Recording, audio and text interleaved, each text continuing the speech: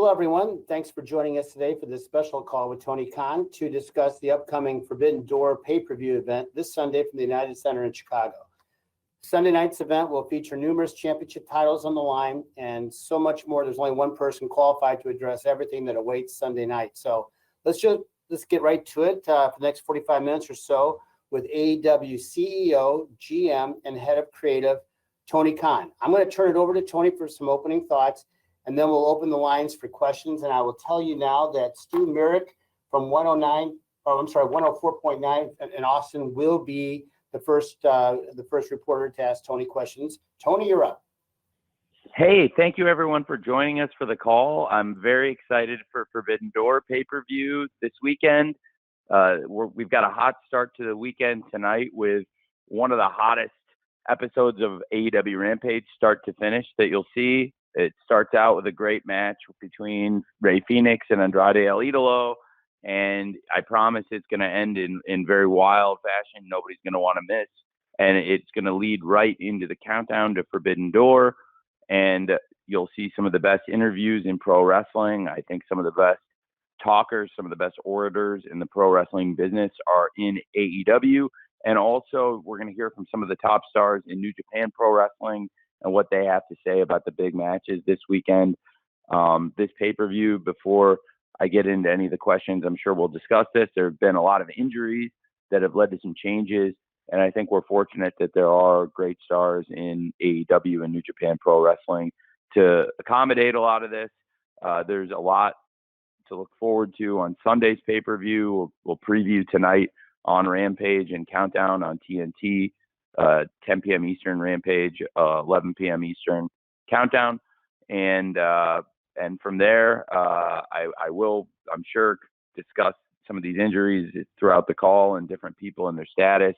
I'll try to give respect to those people and help, their own personal recovery times, and each injury and each person's recovery is a sensitive thing. So I'll try to be careful in what I say about those. But that being said, I think this is going to be a very compelling partnership between AEW and New Japan Pro Wrestling.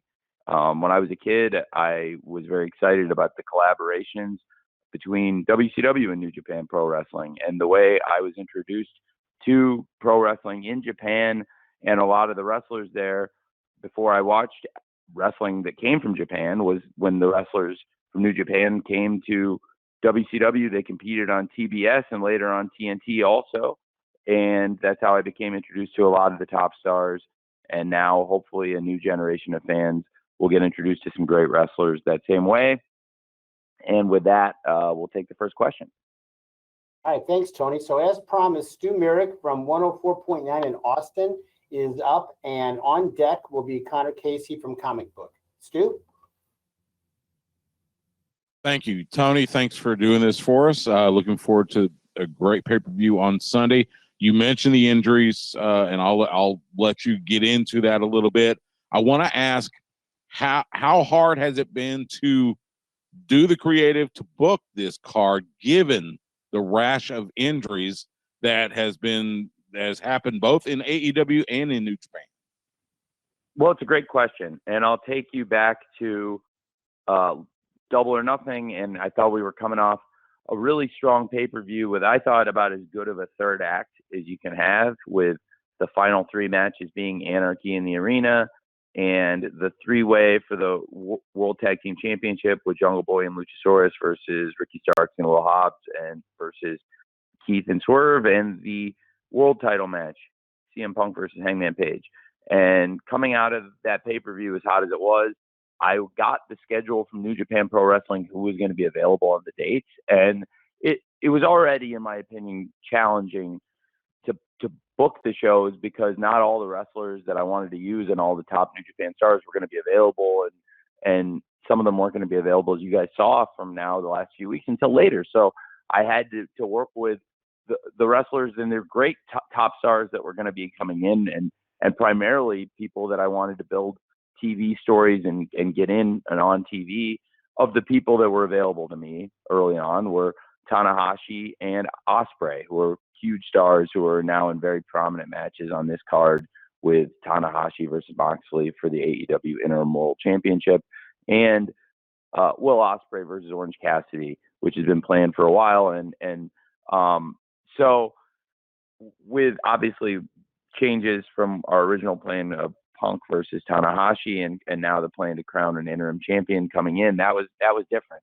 But to be honest, I was really excited knowing that, okay, Tanahashi is going to be here, and I really pulled hard to get Ospreay in sooner than he might have come otherwise, ahead of Dominion rather than wait till after. And then knowing that we weren't going to have Jay White till 2 weeks out, and Okada till a week out, and Zack Sabre till the week of, and so forth, I was like, okay, this is what we'll do with what we had. And I was so excited about what we had, and a group of people that I would run ideas by or listen to any ideas they have, and thoughts I care about that work here. A bunch of people are in my house in LA right after we left Vegas, and we went before the Forum show, and I was running through my ideas and stuff, and everybody was loving it. And it was like Sanjay and Pat Buck and QT and Phil, CM Punk, and I was running around calling stuff, and everyone was like really into it. And by the end of it, stuff that involved, frankly, Punk and Tanahashi and other people, it was very different. And there were a lot of cool things, and I think it could have been really cool. But what he ended up doing, to be honest, to explain it, is with Moxley and Tanahashi, I think it's a story that has years of build. And to be honest, we're very fortunate that it's a match that hadn't happened and that people had wanted to see. And frankly, both wrestlers really wanted to wrestle each other. Mox wanted to wrestle Tanahashi so bad. Last year around All Out, he was building up his Kojima match, and he did more of a promo on Tanahashi than he did on Kojima. And I was like, come on, John. And he ended up having a great match with Kojima. And to be honest, the twist of the Kojima match was not only to have a great match in the All Out pay-per-view that I still think is probably the best thing we've ever done last year on All Out, and that John have a great match, but also the big twist at the end was Suzuki coming in and setting up John's story with Suzuki building to the Grand Slam main event, which is a great match with John and Eddie versus Archer and Suzuki, which is relevant now with Suzuki and Archer and the whole Suzuki Goon thing still being a big part of the AEW. So it's a lot of changes, and I took stuff. Honestly, Tanahashi moved from being what would have been the CM Punk and FTR, and some of the stuff with, probably would have been CM Punk, honestly, instead of Trent in that 6-man tag with CM Punk and FTR versus Will Ospreay and Aussie Open, and then stuff would have gone in a very different direction, and Tanahashi would have been adjacent to that, and Mox has a lot happening in the company, and there's a lot of things happening in the Blood and Guts match. No secret is next week, and we'll announce a little stipulation regarding that tonight on Rampage that pertains to Forbidden Door ahead of Blood and Guts. It ties them together a little bit more than they already are, because we know that Bryan Danielson's out, and I'll get to that in a second because I think that deserves its own injury discussion. And so with CM Punk originally would have been attached to that stuff. Tanahashi would have been in the with kind of, I think, on TV with him, and it would have made sense built into their match, which would have meant Punk was out there with FTR, which would have meant Will Ospreay and Orange Cassidy, and there was a lot of exciting stuff that could have happened, but instead it made a lot of sense to take something that had been there for years and is a match people really do want to see. And I have to say, with Mox and Tanahashi, like I was saying, it's with years of anticipation. It's a match John's been chasing for years, and that's why it means so much to be able to do it now. And I don't think anybody in pro wrestling has earned the right to be able to do what they want to do, and has gone through more to get to where they are right now than John, because at this time last year, I never would have thought what the next year would hold. I never would have thought he'd be gone. I never would have thought he'd come back. And then for the way he did, to come back looking so physically different and so much mentally healthier, because I have always loved John and loved working with him. And the person who's come back has been that much better, that much more capable of a pro wrestler, and it's happened at the perfect time for us with all these injuries. Just CM Punk and Bryan Danielson, and on Bryan Danielson, that is just talk about the 1-2 punch of injuries, losing CM Punk and Bryan Danielson, two of the greatest professional wrestlers of all time, and Bryan Danielson is so valuable to the company backstage and of course on screen, and most importantly on screen. Fans were so excited for Forbidden Door, him wrestling Zack Sabre Jr. I think the anticipation was there. We had been hoping that we could really start building it up, and Bryan was really start feeling well, I think, after Anarchy in the Arena, and when he had any doubts whatsoever, I just didn't want to take a chance. And if he's not feeling 100% of the time, there's not any sense in taking any chances. I shut him down, and I think it was the right thing to do. And that being said, it was one of those also perfect situations, because rarely do the stars align where you have a mystery opponent and a chance to build up a moment like this. And it's very fitting to go back to the United Center, where we've only had one show, and it was a great moment. And I know for sure we're going to have that great moment. I think there's going to be a lot of great moments I expect on the show, but one thing I know this great moment is when we introduce Zack Sabre Jr.'s mystery opponent. I'm really excited about it, and I wish it had happened under different circumstances. And to be honest, I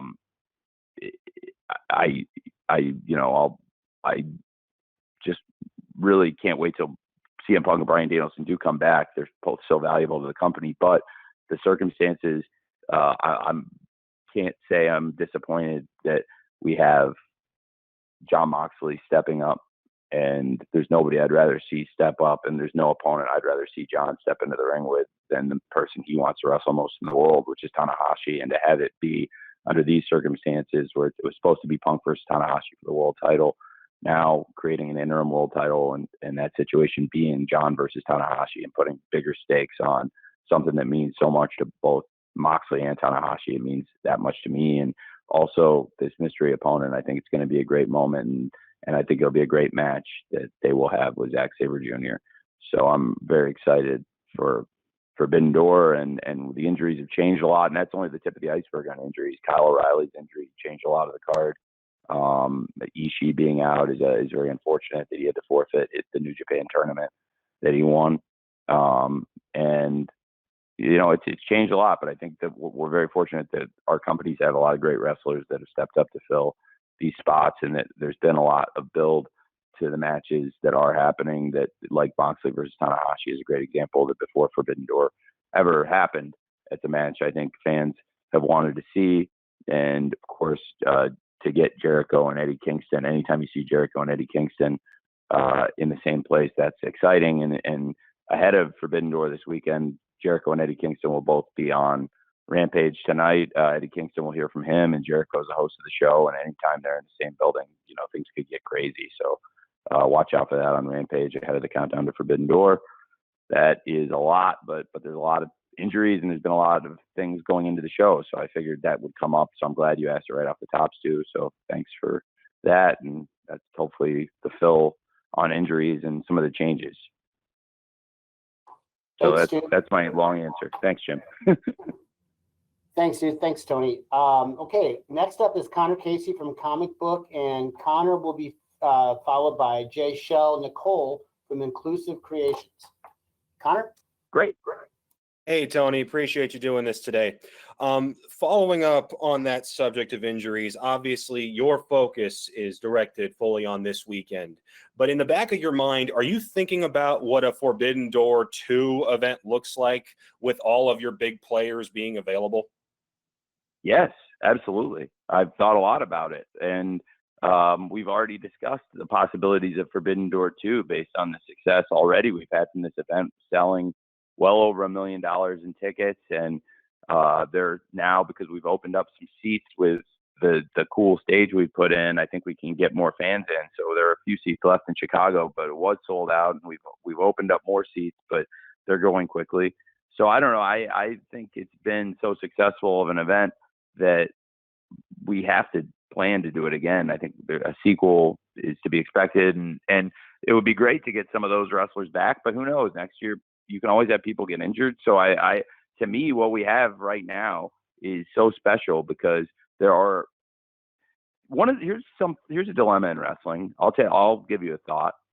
There's so many stars in pro wrestling right now, and between the two companies, and it's fascinating. WWE had an interesting approach to it, to be honest. I don't think it's something anybody in AEW besides me has ever entertained, but I see it's not only lucrative business wise, but there's so many stars in AEW, and frankly, there too, they have people that they thought they had enough people to do 2 nights of a show, and now Wrestle Kingdom's gone to 2 nights. We've never done anything like that, but you all told me that I try to pack a lot in 4 hours and plus in a pay-per-view. So I get there's so many people, it's hard to get all the stars in. What we have is we're very fortunate. I have so many wrestlers in AEW.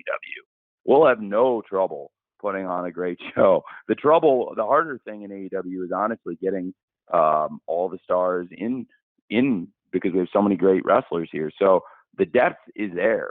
This is why we have so many great stars in the company, is when you have injuries, people being out. We saw during the pandemic how it pays off to have a deep roster, and the roster is twice as deep now as it was then. And so, and to be honest, probably more than twice as deep.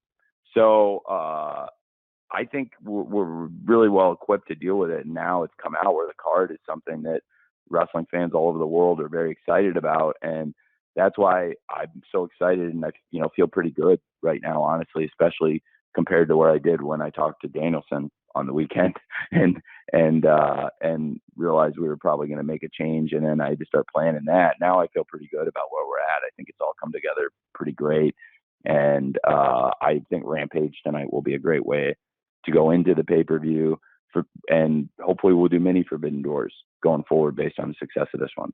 Thanks, Connor. Thanks, Connor.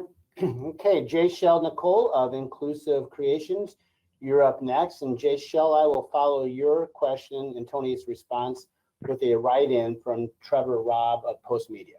Jay Shell? Hi, Tony. My name is Jay Shell. I'm representing SE Scoops, Russell Purist, and the Late Night Grin. And I wanted to ask a little bit about the buy-in. At Revolution, there were 3 matches on the buy-in. Is there a reason in particular that you decided to return to the 1 buy-in match instead of keeping the 3-match mold? Well, I actually am going to announce more matches on Rampage tonight. So it's a great question, but I have plans to do a little bit more on Rampage tonight. And so we'll announce a little bit more for the buy-in tonight. I am going to have there won't be a million matches or anything like that, but there'll be a little bit more on the buy-in than what we've already announced. The pay-per-view card is, I think, the 9 matches that people know about right now. And there's 1 match announced for the buy-in, but I will be doing a little bit more as I finalize plans with New Japan, and they'll involve wrestlers from New Japan also. Very good. Thanks, Jay Shell. Okay, here's a question from Trevor Robb of Post Media, and we're going to follow Trevor with Amy Nemedy from WrestleJoy. Tony, Trevor has the following question. Following up on the Canadian press story regarding AEW's plans to come to Canada, I'm curious how Alberta fits into those plans to potentially bring Dynamite/Rampage to Edmonton and Calgary. And as a follow, what is your knowledge of the Alberta wrestling scene, Stampede Wrestling, for instance? Thank you. What a great question. I named some cities, and to be honest, I named cities based on some wrestlers that AEW has stars competing here that where they hail from. So, that includes a lot of great wrestlers from around Toronto and Hamilton, and I will get to Alberta here in a second because I have extensive thoughts on it, as you all can imagine. And Delta, British Columbia, which is around Vancouver, Kyle O'Reilly from the Vancouver area. I neglected to mention Montreal, which is a legendary wrestling city, and I should have said it and it was an omission by me that I did not mean to make, but I was just naming cities off the top of my head on a long day. But I have to say, when it comes to Alberta, Calgary and Edmonton would both be great homes for an AEW event. We've worked very closely with Dr. Martha Hart and the Owen Hart Foundation, And it was a real honor to have Dr. Martha Hart and Oj Hart and Athena Hart here in AEW representing Owen Hart's legacy and the Owen Hart tournament. And we crowned great winners and had a great tournament with a lot of great matches and great qualifiers.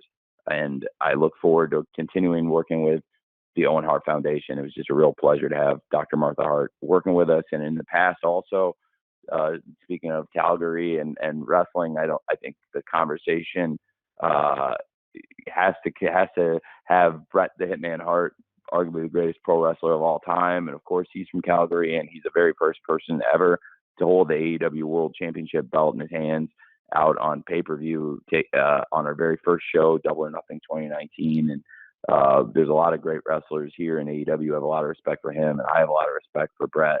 I think he's just a tremendous person. I really like him a lot, and not in addition to respecting him as one of the best people to ever lace up the boots and one of the best people to ever work in pro wrestling, and somebody who's been really good to not only the pro wrestling business by making a lot of money and helping, create a lot of box office for the business, but also has been really good to the wrestling fans and has been really good to his fellow wrestlers. And Bret the Hitman Hart is somebody that's still very much in the conversation in AEW today, even though he's not somebody that actually wrestles here or competes here. And that is, I think, a testament to his enduring legacy. And so in addition to the Hart family and many other great wrestlers that have been trained by the Harts, I think Chris Jericho has competed extensively in Alberta, and Winnipeg is a city, of course, we mentioned earlier that I think I mentioned when I was in Canada. I didn't say it just now, but of course, it's one of the first cities you have to mention in AEW with Chris Jericho and Kenny Omega coming from there, and them being two of the great world champions in AEW and two of the great Canadian stars, and also two of the great stars in all the world of wrestling with Jericho and Omega. And I think Jericho has competed extensively in Alberta, I know. We would love to go there, and I think that would be a great place for us to go. To be honest, I've been writing AEW Dynamite since I was a kid, when I was 12 years old, for fun, and I think I started doing Rampage in 2011.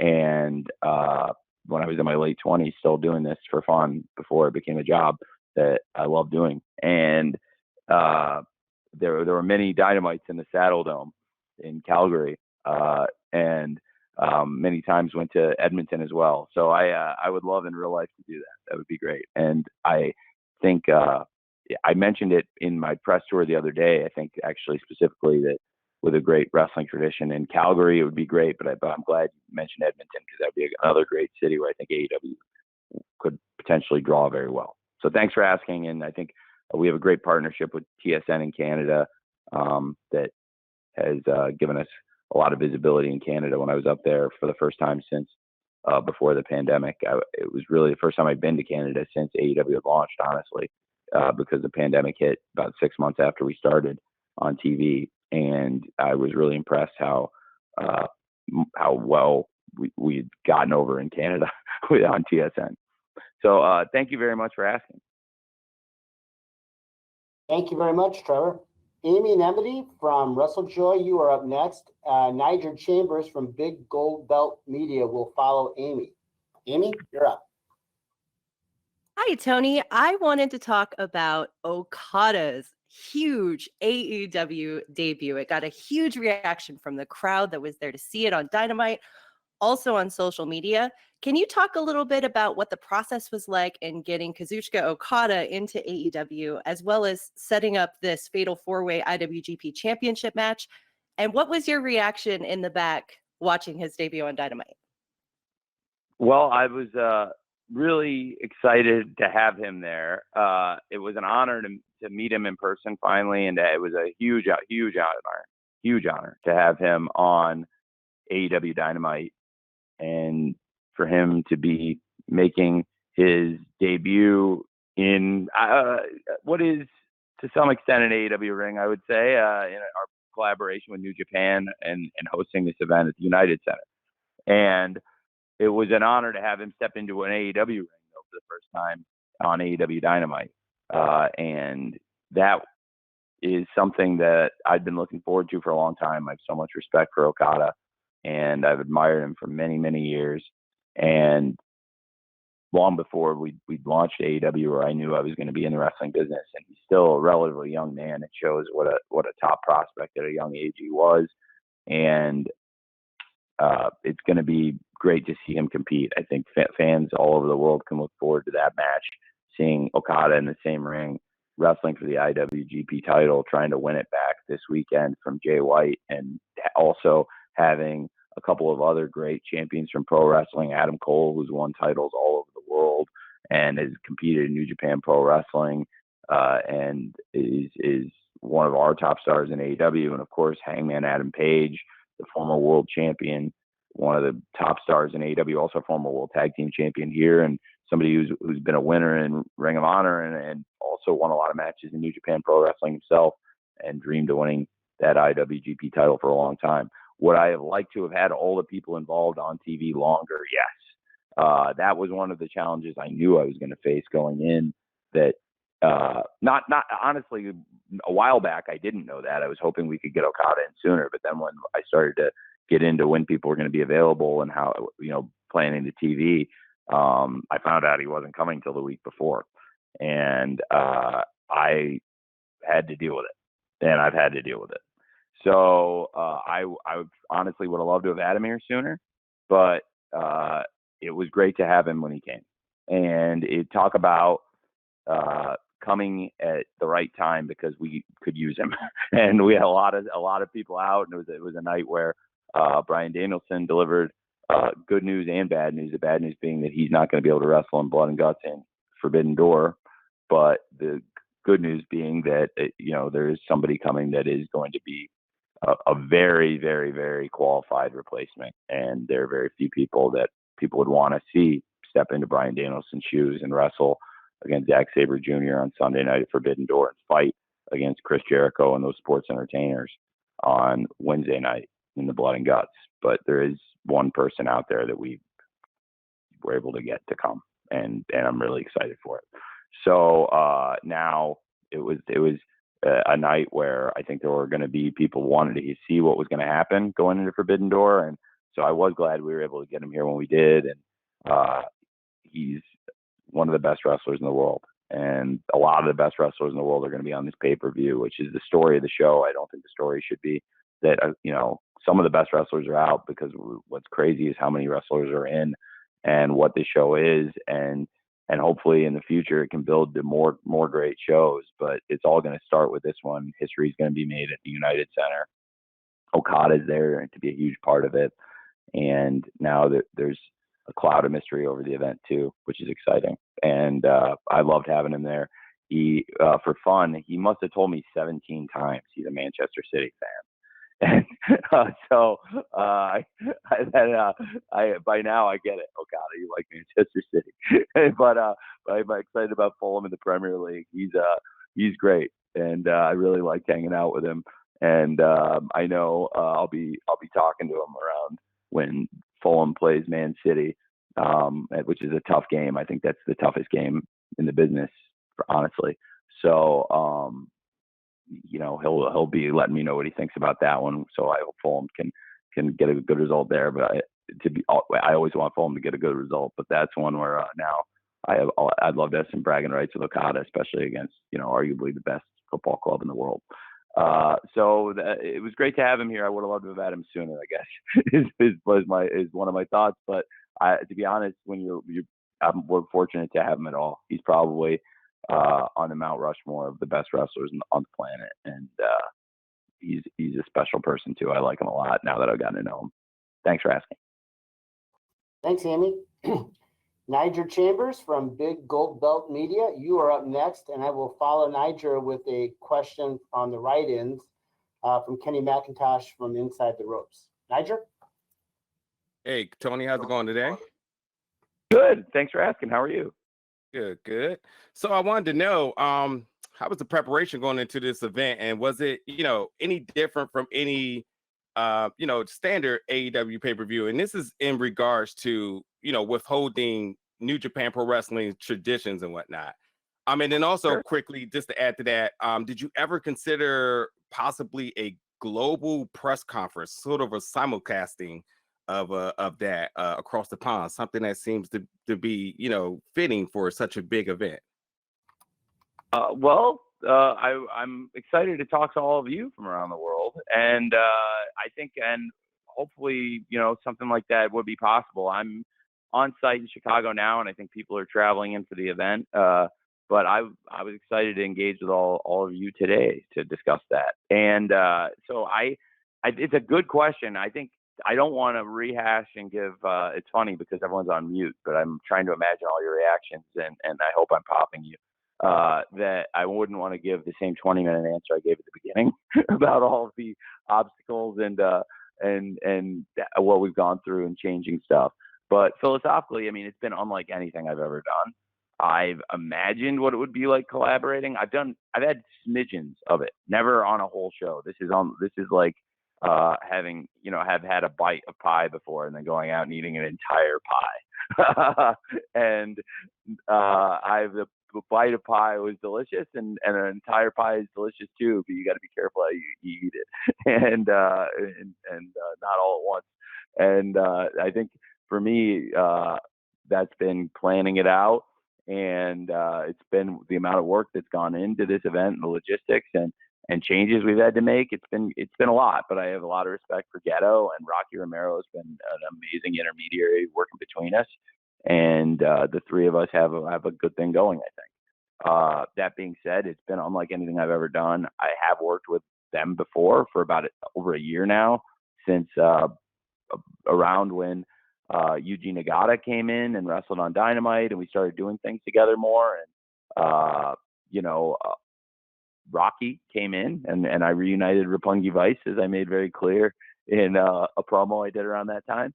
And but in all seriousness, we just have had a lot of fun doing it in TV angles, maybe one match here and there. So a couple people from AEW go to New Japan, one or two people from there came here, and it's led to doing a whole show together. And it's great because it's more revenue for both companies. It's already produced 7 figures in revenue, and I think it's a great partnership. And it has had a lot of challenges. I've done stuff like this with them a little bit, and with AAA, for example. When we first launched, when we launched, there are no championships yet. We hadn't crowned champions. We just started up. So to have a championship match in the first show, we had the eliminator aspect that, Hangman winning the Casino Battle Royale and Jericho winning the main event set up them wrestling in the main event of All Out for the title. But we didn't actually have any championship matches with a belt on the line, and I wanted to have some belts, to be honest with you, and I wanted a championship stakes. It just thought it would add a lot to the show. So put together something with Conan, and he really liked it, and that worked out well for AAA and for us. And so I've done stuff in the past with companies and a lot of stuff with New Japan, but never a whole show and all the build to the show. And so there were challenges, but I tried to do the best I could with RTV because, I have to put the stuff into RTV. And I think it was, I think they saw now how you have to get the people on the American TV building this stuff. That's why I really wanted to get Will Ospreay in when he came, because I was like, if Tanahashi, okay, but it was great. Like, that is huge. That checks off one major star that we need, but we need another major star to build stuff. So before Dominion, I really pulled to get either Okada or Ospreay or Jay White, one of the big, and Ospreay coming in made a lot of sense. And then with that, we put together a lot of stuff. Then CM Punk got hurt and it changed completely, and Bryan Danielson was questionable, and that was different. And I kind of had to make a lot of changes that I think I talked about a lot at the beginning, but it's between working with another company and having to be sensitive to stuff that they're dealing with, and while planning a kick-ass card, and also having had some of the greatest wrestlers of all time, more than one, go out with an injury, and then losing some other great wrestlers for various other reasons, that a wide variety of them. It's been a lot. So I think I just know I was really relieved, and when it's all come together, when we finally got Okada and all the great stars in, it's, now that you see it, it's pretty impressive. They have a lot of great wrestlers, and we have a lot of great wrestlers, and I think the card is pretty strong. So I'm very excited for Sunday, and I'm excited for tonight too. It's been different, and one of the challenges is the politics. I mentioned AAA and New Japan, and they don't really work together. So tonight on Rampage, you're going to see one of the best TV matches out there, and it's a pay-per-view quality match, but because of the politics of pro wrestling, it didn't make sense for this pay-per-view necessarily, but that's okay. And I like everyone involved, and even if they don't work with each other, and so they're all cool with me. And to me, I thought it would be a really great thing for the fans going into an awesome weekend of wrestling, and also for both the wrestlers involved to have Rey Fenix versus Andrade El Idolo, give them the opening, a Rampage, which they have tonight. It's going to be 9 o'clock Central here in the Midwest, and 10 o'clock Eastern or 10 o'clock Pacific on TNT West. And I think Andrade and Rey Fenix are going to tear the house down to start the show, and I promise a wild end to the show leading into the countdown. And so that, that's another aspect of it. That there's some wrestlers I wanted to use that you can't use necessarily because it doesn't make sense in a partnership when the people that you're using are also partnered with another company that they don't partner with. So it's a lot, but I think it's going to make for a great weekend of wrestling for the fans. That being said, there's probably going to be more great matches in the next 48 to 72 hours than we've had in a while. So I'm excited. Thanks, Nigel. Okay, here's a question, Tony, from Kenny McIntosh of Inside the Ropes. Is there any part of Forbidden Door being a month away or a month after Double or Nothing that's sort of a test to see how it performs on pay-per-view, to perhaps increasing the number of AEW pay-per-views from 4 to 9, 10, or whatever, or monthly, whatever that may look like? Is this sort of a test run? I don't see it as that. No, I saw it as the opportunity, honestly, when New Japan had availability and it worked as a pay-per-view date where it's, I believe, the biggest event in sports that'll be on, where the people are going to want to watch. And I think it'll be a very interesting to see how it fares. But I think it's a partnership between AEW and New Japan, and that meant finding dates where we could get stars from New Japan to come. And it was already, as you can see, as I've belabored and elaborated on, that it's, challenging to get, when they have a promotion they're running in Japan, to get a lot of their stars here on our TV, which we need to build the pay-per-view here, not only in America, but around the world, because Dynamite is on in 130 countries around the world now, and Dynamite and Rampage are on all over the world. And there's huge markets for pay-per-view and other revenue streams where we need to get their wrestlers on TV in AEW if they're going to be marketable in, truly tapping into the potential that they have for the marketability. So yeah, I think it's been really good for the audience to get to see Tanahashi in a great main event here and get to see what a big deal he is, and hear the great JR putting over how big of a deal it is to have Tanahashi on our TV in these weeks, and then to give the same credibility to Okada, Will Ospreay. Will Ospreay's been here for a few weeks and has also been involved in 3 great matches. And that is not a coincidence, because Will Ospreay has great matches. I first met him in 2018 when I was living in England. It's the first time I met Will Ospreay and Zack Sabre. And I have tons of respect for both of them. And Zack Sabre, of course, hasn't actually wrestled. His first appearance was this week. He just got here. But Will Ospreay's been on our TV for a few weeks now. He's been having tremendous matches, and it's a testament to him and what a great wrestler he is, and now what a great champion he is. And one of the biggest draws in AEW, and one of the definitely the most underrated grapplers, is Orange Cassidy. And I know there'll be tons of eyeballs on that match. And Orange Cassidy's a huge star for AEW, and he he doesn't get excited about many things, but to be honest, he does get excited about New Japan Pro Wrestling, or as excited as Orange Cassidy can get. And he would be a great U.S. champion for New Japan Pro Wrestling. And as you've seen with Jon Moxley and Lance Archer and others from AEW carrying titles in New Japan, that's something I am open to. So I think he would be a great champion for them. And I think that Will Ospreay versus Orange Cassidy could tear the house down.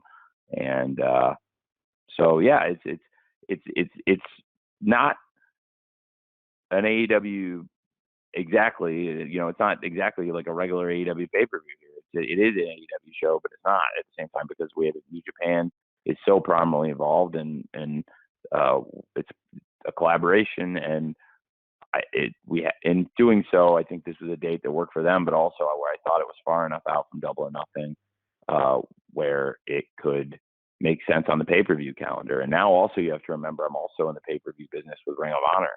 And that's another consideration. But for AEW, we built up 4 great events that all have had not only great audience, but have grown year over year. All 4 of them have grown year over year every single time. That is one of the best streaks we have going in AEW. Probably the single greatest streak is every pay-per-view has grown year over year. It'll be a challenge all out, and I really believe we can do it. And it's all building to that, to the biggest card we can do, because the biggest card we ever did, the biggest payday we've ever had, the biggest day for our company ever was All Out 2021. And I think to keep the streak going, that means we have to top that. And this show is a huge, huge milestone, because it's the first new event we've created in years on pay-per-view. I've not tried to oversaturate that market, but it was something the fans called for. I never wanted to do a pay-per-view and have people not excited for it. This was something the fans for years had called for. And when we said we had a big announcement, the fans were calling for this. This is one of the announcements that they really wanted to see. I think this was something on the list of dream announcements. Certainly if there was a top 5 or a top 4 Mount Rushmore, as we say, then this would have been on them. This is something fans for a long time have been calling for, a partnership between AEW and New Japan on a pay-per-view, which is now this Sunday. It's finally happening just over 48 hours from this phone call here in Chicago, Forbidden Door. Thank you, Kenny, for your write-in. I have another write-in from Lucas Charpiot from VL Media in France. And after you answer Lucas, I'd like to make sure that Sean Radican from Pro Wrestling Torch will be ready. Tony, here's Lucas's question. On Sunday, AEW will crown an interim AEW World Champion due to CM Punk's injury, which was announced a few weeks ago. Could you tell us the reason behind your choice of crowning an interim champion instead of vacating Punk's title? We'll use the interim championship in the past to create a unification match, and we've had exciting results in the past, and I think it's how other major sports have designed their championship to be defended in these cases where the champion is not able to come in and fight right away. So in boxing and UFC, I've seen great champions, with injuries or situations where they couldn't get to the fight, so they crowned an interim champion, and it's been very effective, and it's been effective for AEW too. And I think it's an opportunity to have a great championship match and set up a unification fight where the winner of Tanahashi versus Moxley can then go on and have a match versus CM Punk, and either way would be a great dream match. And I'm very excited about this match, Moxley versus Tanahashi, which is a match fans have looked forward to all over the world for a long time. But I think, then to have on top of that 2 great possibilities, 2 dream matches that we could look forward to, where CM Punk wrestles in a unification match, I think that's really exciting. Lucas, we appreciate the question. Sean Radican from Pro Wrestling Torch is up next. Sean will be followed by Mike Johnson from PW Insider. Sean? Hey, Tony, how you doing? Good, Sean. How are you, man? Good. I had a question. John Moxley recently talked to ESPN about his experience going to rehab for alcohol problems, and with your recent statement coming out about Jeff Hardy's suspension after being arrested for a DUI, have you thought about instituting any kind of wellness policy in AEW given some of the recent occurrences, or is there something in place already that you haven't talked about? I was just wondering if you could shed a little light. We have a wellness policy, but in the case of drinking, I think you have to be really careful, because most people, I think, 99% of the roster has drank really responsibly. And I think most people drink really responsibly, as you see from advertisements on TV and billboards. That's the number one thing they ask, is that people do drink responsibly. It's on the bottom of the ad. But I haven't thought about that.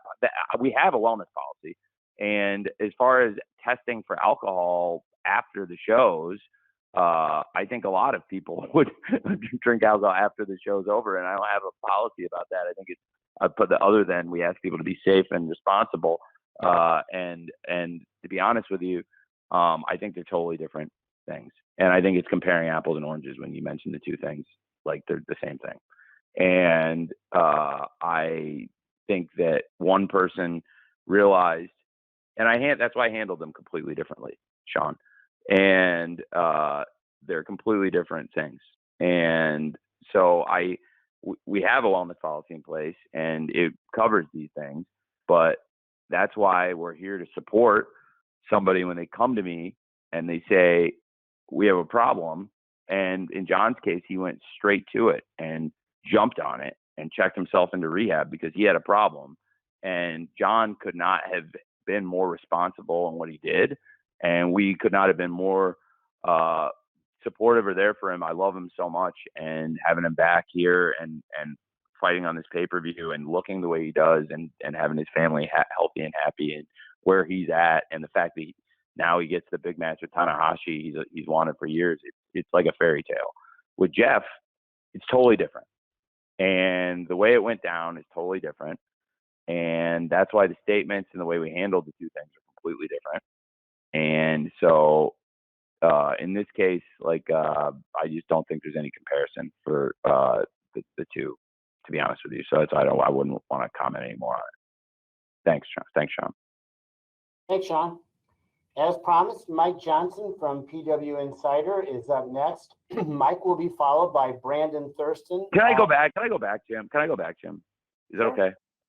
Thanks. Jeff is doing much better.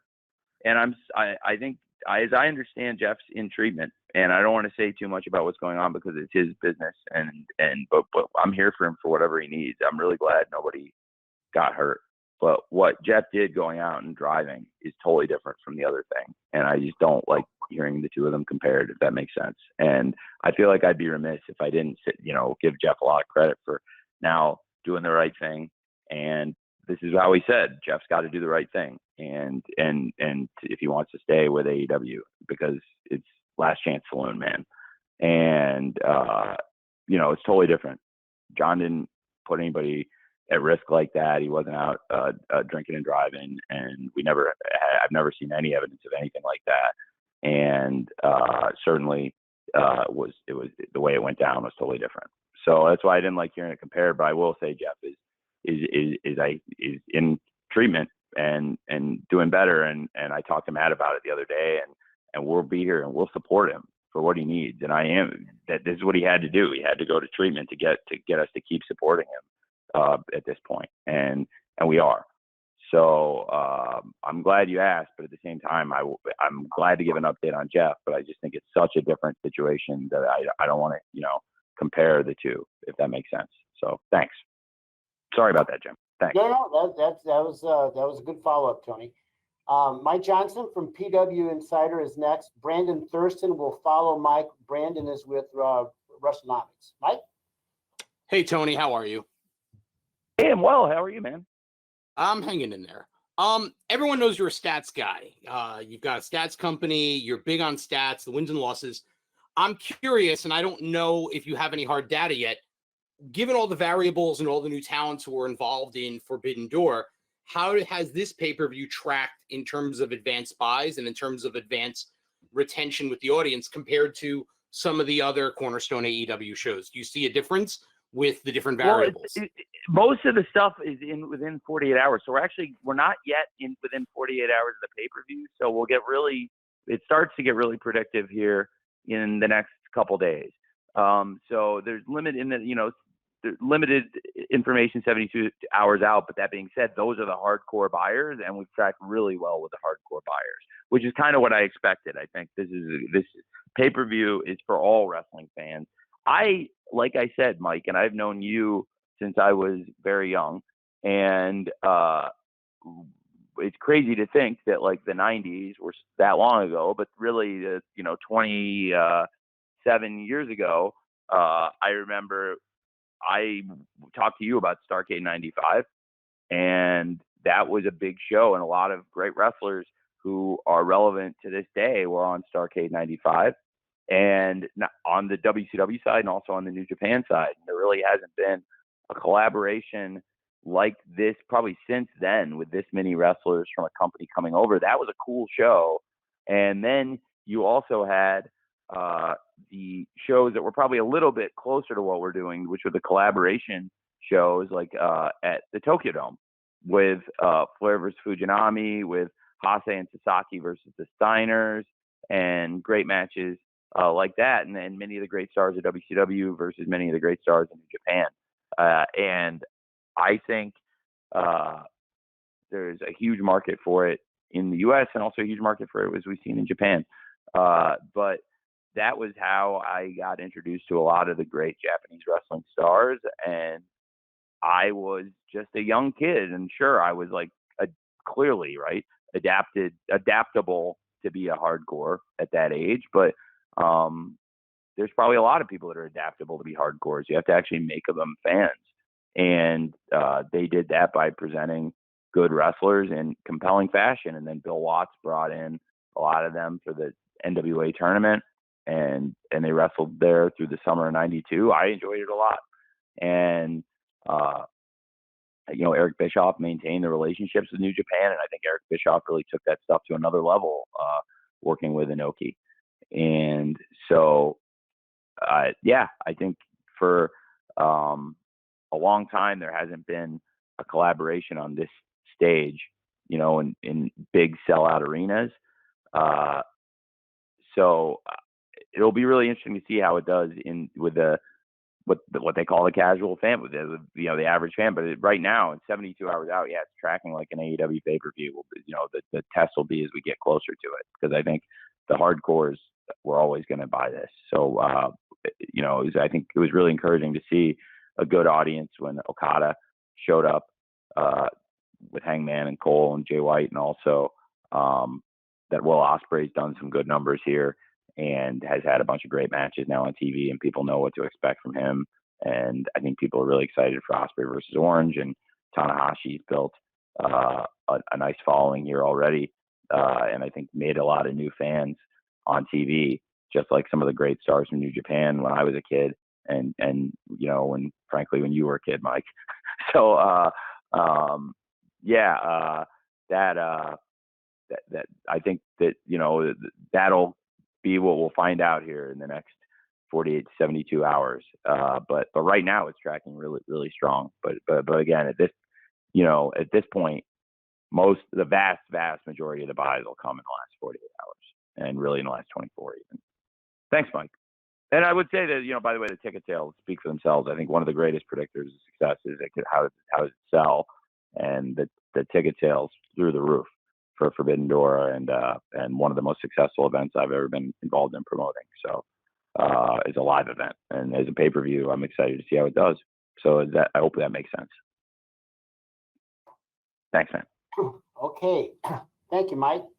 Brandon Thurston from WrestleNomics will be next, and Brandon will be followed by our last visitor of the day, Jerry Durasmo from Off the Script with JD. Brandon, you're up. Hi, Tony. Thanks for your time today. Hey, thank you, Brandon. I really appreciate it. Thanks for all the insightful work you do.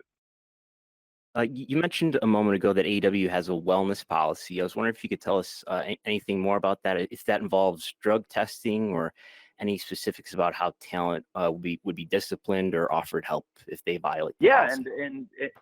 yes, I'm glad you asked. I think the most important thing that I will elaborate on is that we're here to help anybody that needs it, and I hope I made it really clear with the tone I took just now, and also with the stern tone I took following Jeff's arrest, compared to how I felt and feel about how John has stepped up and how he stepped up and got help.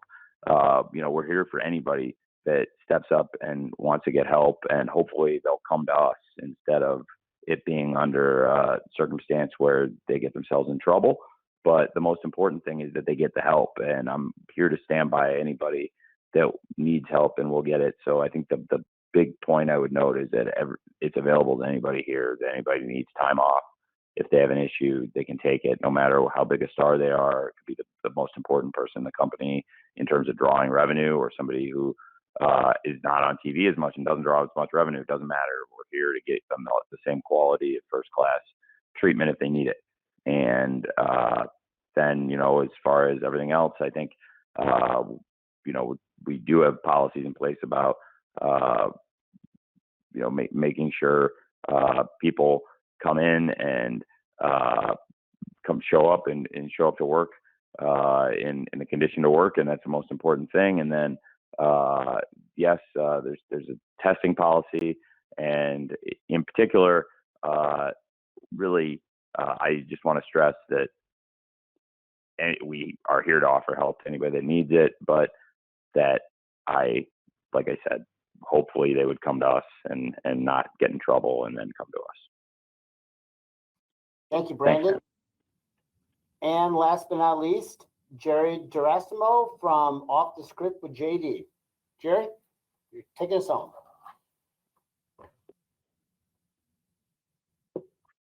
JD, you there? Jerry, you're muted. There you go. I'm sorry, Tony. Thank you for having me today, if you guys can hear me. Sure. Thank you. Thanks for coming.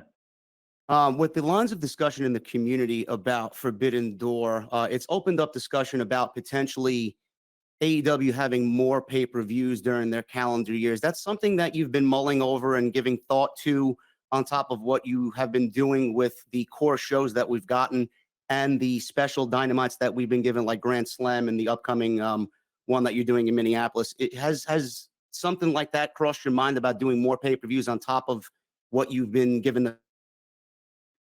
It has crossed my mind, but I'm not saying it's something we're imminently going to do either. I think it would be more revenue for the company, probably. We have great events we've built up from the beginning, and I think when we launched, that was the number that made the most sense for us, because it's a startup company that was truly a bootstrap from the ground up. And now the company has become something of a global powerhouse, available in 130 countries and with a big following. And it took years for us to get to where we were number one on cable, and now we've done it many times, and we did it again this week. And it's still a big milestone every time we do it. And it was when we had Blood and Guts last year, very fitting as we approach Blood and Guts next Wednesday. And I think there is definitely the star power in AEW to support more events. They would produce more revenue for the company. It's something to consider, but it's not something I've eminently planned to get into either. Thanks, Jerry. But it's a good question. And thank you, Tony. Thanks. And thanks everyone. We're now at the end of our time. So per our custom, we're going to be distributing an audio recording to all attendees shortly. And again, thanks for being part of today's call. And as always, AEW sends our sincere appreciation to all of you for your continued commitment to wrestling and certainly your interest in AEW. So we hope to see you in person on Sunday in Chicago. If not, we trust you'll be tuning in. So best to everyone, and hope you have a great day and an excellent weekend, capped on Sunday night with Forbidden Door. See you soon. Bye. Thanks, everyone.